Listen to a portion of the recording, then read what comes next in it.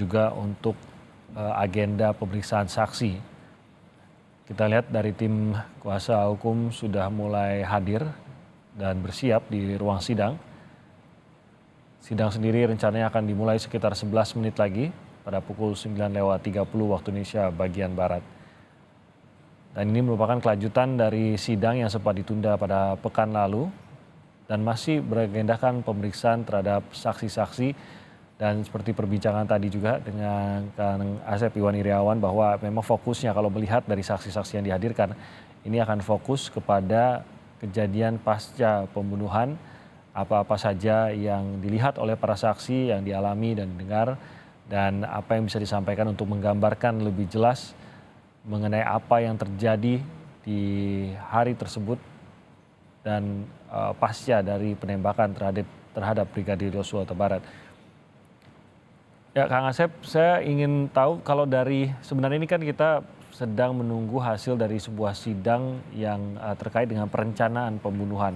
Perencanaan itu apakah memang hanya sebatas sampai pembunuhan terjadi ataukah penggambaran perencanaan bagaimana mungkin menyembunyikan peristiwa pembunuhannya itu sendiri juga termasuk dalam perencanaan pembunuhan kah atau seperti apa Kang Asep? Kang Asep maaf suaranya belum terdengar Kang Asep. Makasih, maaf. Jadi ada dua terminologi hukum yang harus dipahami oleh publik ya. Satu tentang perencanaan ya, kedua tentang percobaan. Ya, percobaan pembunuhan hati-hati loh bisa kena juga. Nah, kalau di kebetulan dakwaan ini adalah perencanaan. Ya, perencanaan pembunuhan itu merupakan pemberatan dari pembunuhan. Jadi pembunuhan 338 barang siapa dengan sengaja membunuh ya menghilangkan nyawa orang lain, membunuh itu menghilangkan nyawa orang lain atau merampas nyawa orang lain. Nah, kalau 340 barang siapa menunjuk orang. Jadi kalau ini pertimbangan kalau saya dihakimi sudah cepat selesai langsung diputus.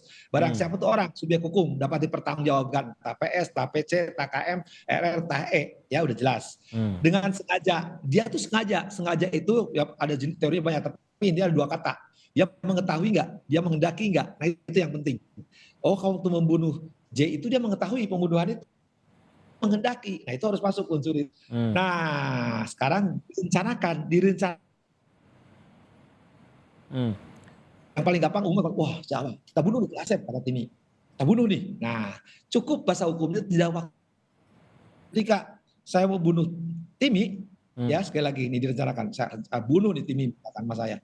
Tapi saya punya waktu ya untuk nggak jadi deh. Nah itu aja udah masuk jeda waktu itu. Jadi jangan orang menggambarkan ya wah diaturlah sedemikian rupa siapa orangnya siapa ininya gitu. Tidak, hukum itu mengatur. Jadi kalau saya membunuh Timi ya maaf amit-amit itu contoh supaya gampang ya supaya ada orang tidak tersinggung kalau pembunuhan akan tersinggung. Saya membunuh tapi ketika membunuh menusuk senjata saya atau menarik pistol tapi saya juga punya waktu untuk berpikir sejenak ya jeda waktu lah nggak jadi deh kasihan deh nggak mungkin deh dosa deh ntar gue masuk penjara deh. Nah itu aja termasuk direncanakan ya jadi karena ada jeda waktu sesingkat tidak apalagi kalau ini udah direncanakan ya pikirannya katakanlah dapat laporan nih sejak Magelang, sejak di Saguling, diaturlah nanti panggil siapa, nyiapkan siapa, malah kalau saya nembak, nanti kan ada pembicaraan sama saksi kan, kalau saya nembak siapa yang menjaga, jadi kamu, malah kan ditawarkan. Jadi di jangka waktunya untuk perencanaannya udah jauh, gitu udah sangat terbukti. Bahasa sekarangnya telak lah kalau tendangan itu ya ini udah betul-betul 3 kali berturut-turut gitu kan, kalau main bola tuh gol bener gitu kan direncanakan. Jadi sebenarnya pembunuhan berencananya sudah gol. Cuman kalau boleh catatan, nah pihak keluarganya pengacaranya FS maupun PC berusaha ya bahwa ini tidak direncanakan. Dia mulai ke 338, jadi tidak direncanakan. Dia lupa ya. Sekali lagi mohon maaf saya katakan ya, ini karena saya pengamat, boleh aja boleh enggak. Ya, dia udah nawarkan loh, sekali lagi ditawarkan ke RR, ditolak. Tawarkan lah bukan diperintahkan, hati-hati ya, dua istilah. Ditawarkan cuma ditolak oleh RR. Tapi sama dilaksukan karena situasinya waktu itu tidak memungkinkan dia untuk menolak. Ya, menolak gitu. Nah, itulah perintah jabatan yang nanti perbicaraan selain lagi kan. Itu. Jadi itu waktunya udah panjang. Kemudian ya lebih menarik nanti tim. Ini dari kaitan ini kalau kaitan dengan balistik forensik. Ya, tembakan. Kan diperintahkan dia menembak, mengakui 3 kali tembakan. Faktanya ya, lukanya lebih dari 3, pelurunya lebih dari 3 ya. Jadi nanti harus digali nih oleh hakimnya atau JPU-nya. Jadi siapa yang merampas nyawa? Justru menarik bagi saya. Katakanlah udah mengakui nembak. Apakah waktu sampai ajal tiba? Ya sampai meregang nyawa. Karena terbukti ada di kesaksian lain, ya ada rekamannya. Ternyata masih hidup ketika meregang nyawa kesakitan itu. Yang fotonya harus dihapus itu kan. Artinya apa? Kalau nanti ada penembak lain setelah E dan itu yang menyebabkan kematian, justru dialah yang akan kena.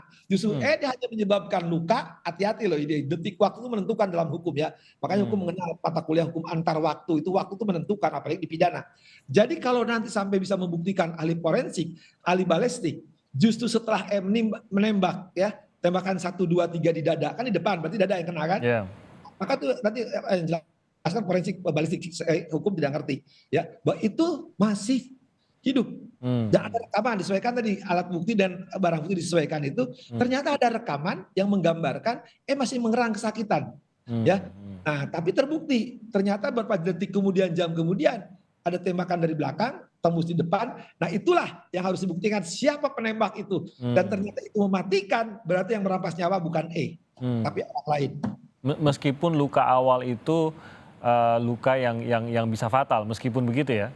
Ya, tadi Rim. Jadi di hukum itu dikenal ada penganiayaan, ada pembunuhan. Ya kalau penganiayaan seperti kecelakaan, benda itu menyebabkan luka, menyebabkan meninggal. Kalau tembakan itu menyebabkan luka, luka biasa dan luka berat, itu bukan pembunuhan. Sekali lagi, penganiayaan ya, ada pasal tertentu. Tapi kalau pembunuhan berencana, ya artinya dari awal siapa yang merencanakan dan dia yang mengakhiri, ya setelah tembakan mematikan, itu yang akan fatal bagi yang kena. Justru di sini saya bilang berkali saya melihat ini ya dengan kejujurannya. Hati-hati nanti penasihat hukum, JPU, mohon maaf juga majelis hakim harus teliti di sini karena ini penting nasib orang loh. Karena kan kita hukum acara pidana itu mengenal ajas praduga bersalah, penghormatan terhadap asasi manusia, dan juga lebih penting siapapun yang jadi aktor dominus, aktor intelektual, itu hukumannya harus paling berat. Sekali lagi di bawah-bawahnya penyertaan tadi, nah itu tentu ada pengeringan, ada penghapus ya. Nah itu yang harus hati-hati, hukum itu membedakan pelaku karena pasal penyertaan, pelaku harus dipilah berbeda karena perannya berbeda, ya. Nah, akibat hukumnya berbeda. Jadi ini harus jelinya nanti justru tadi yang betul, saya senang kali itu kalau Ron itu agak strategis dan berpikirnya dan tenang.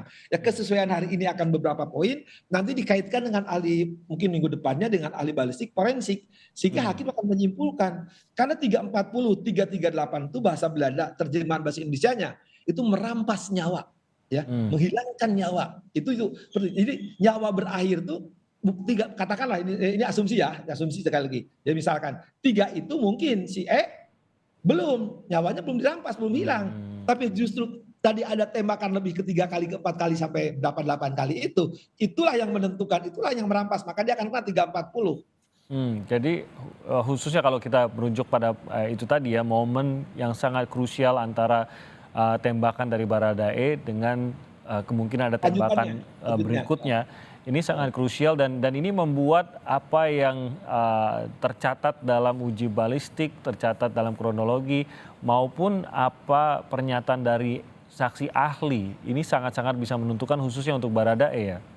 Betul, sama sekali gini. Makanya kan KUHAP itu mengatur ya 180 KUHAP mengatur untuk menjernihkan persoalan, sekali kalimatnya itu ya 180 KUHAP tuh.